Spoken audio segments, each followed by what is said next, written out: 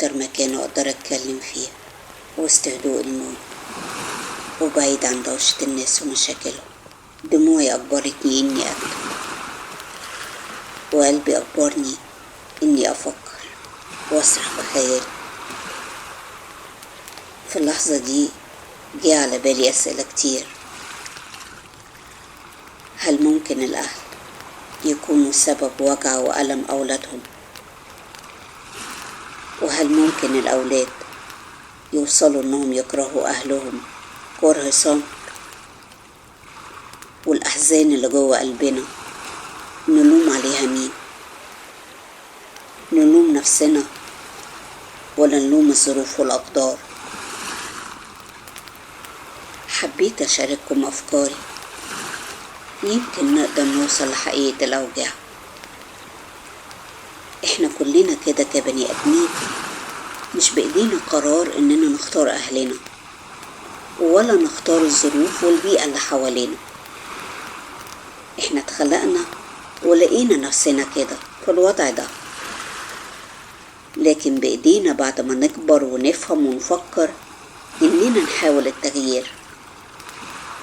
طبعا صعب تغير أهلك، لكن سهل تغير الظروف. بالراحة كده وركز معايا. أهلك ربوك على القيم والمبادئ، وعلموك يعني إيه يكون قلبك طيب وإنك تجبر الخاطر.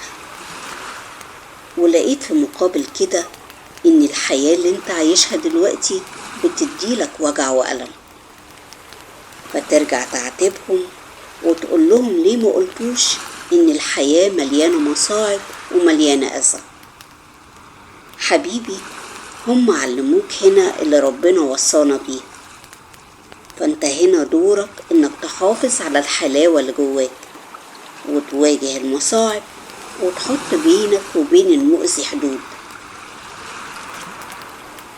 اي ام واي اب طبيعي بيخافوا على اولادهم، بس بلاش الخوف الهستيري علشان ده بيخلي الاولاد عنادية. فالطبيعي ان احنا نخاف على الاولاد ونقلق عليهم، بس لازم نوجههم وننصحهم ونديهم كمان مساحة للتعبير، علشان لو عملنا غير كده احنا بنأذي اولادنا نفسيا.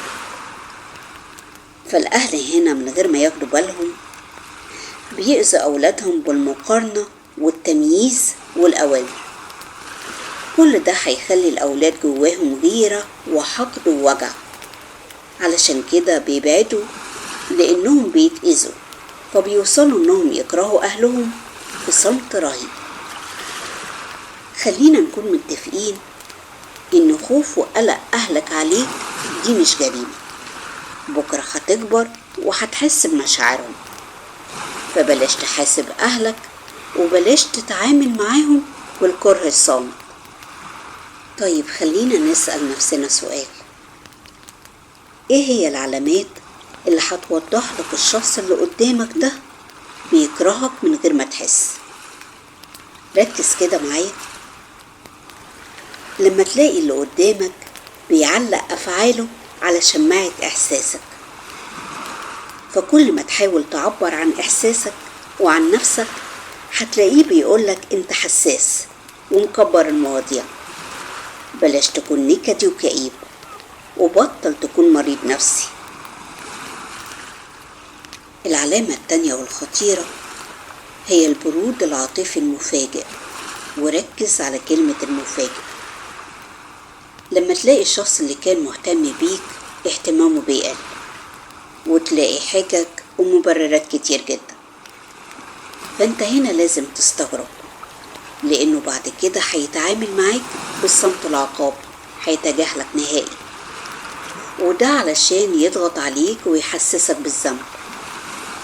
وهتلاقيه هينتقدك على أقل حاجة، والنقد هنا بيكون مستخبي بالنصايح والحكم. أهم نقطة لازم تركز فيها هي لغة الجسد، ودي اللي هتجيب لك من الآخر.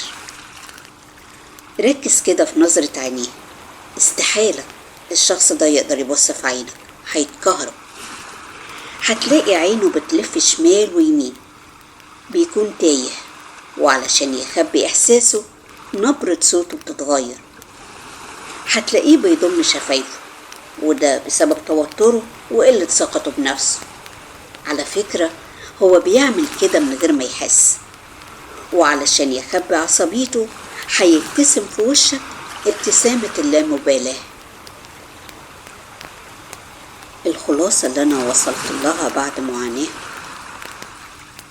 الوجع اللي احنا بنحس بيه مينفعش نلوم بيه نفسنا ولا نقدر نلوم الظروف.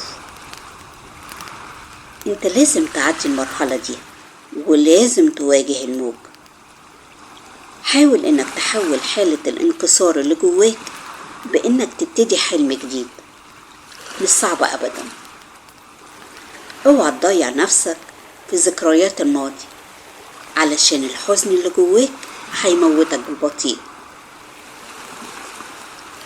انت انسان وصوتك ليه قيمة، من حقك تعبر عن مشاعرك واوجاعك، وده علشان هي مشاعر حقيقية. انت لازم تساعد نفسك وتكسر كل الحواجز، وبلاش تحاسب اللي حواليك، وبلاش تفكر بأحزانك وتلعن الظروف. لازم توصل لمرحلة التعافي الهادي. اتعلم من الدروس وافهم لعبة الحياة. خليك هادي، علشان الهدوء هو الرحلة القصيرة اللي هتدور فيها على حلول لكل أوجاعك. خليك ثابت، خليك قوي وانجح. نجاحك هنا في سلامك النفسي، وانك تبدأ حياتك من جديد.